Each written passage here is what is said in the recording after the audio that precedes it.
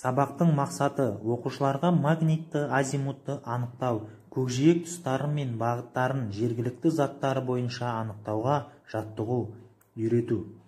Оқушылардың компаспен жұмыс жасау қабілеттерін дамыту, оқушыларды отансүйгіштікке тәрбиелеу. Оқушылар нені білуі тиіс? Магнитті азимут және оны анықтау тәсілдерін, заманауи жерсеріктік навигациялық жүйелерінің сипаттамаларын білуі тиіс. Оқушылар нені үйренуі тиіс?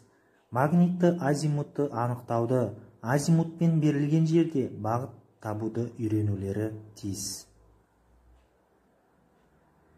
Анықтау үшін біріншіден бақыланатын затқа бетпен қарап тұрады да компасты бағдарлайды.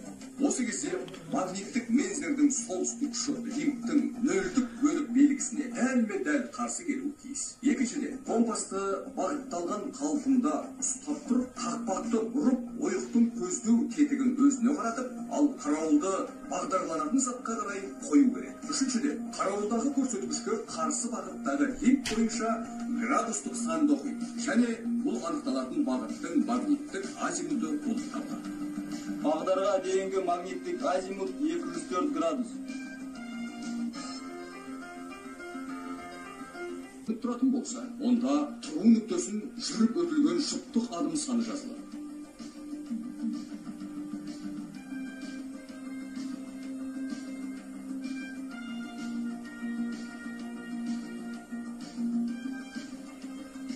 Содан соң кедергінің айналып өту, оның шекарасы бойынша жүргізіледі.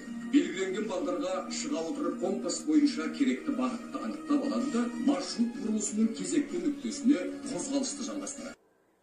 Үй тапсырмасы. Бірінші, жергілікті жерде бағдарланудың мәні неде? Екінші, қандай заттар немесе объектілер жергілікті жерде бағдар бола алады?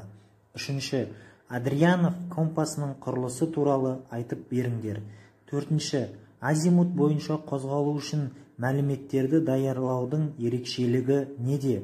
Бесінші, азимут бойынша қозғалу кезінде кедергіні айналып өтудің қандай тәсілдері бар? Назарларыңызға рахмет.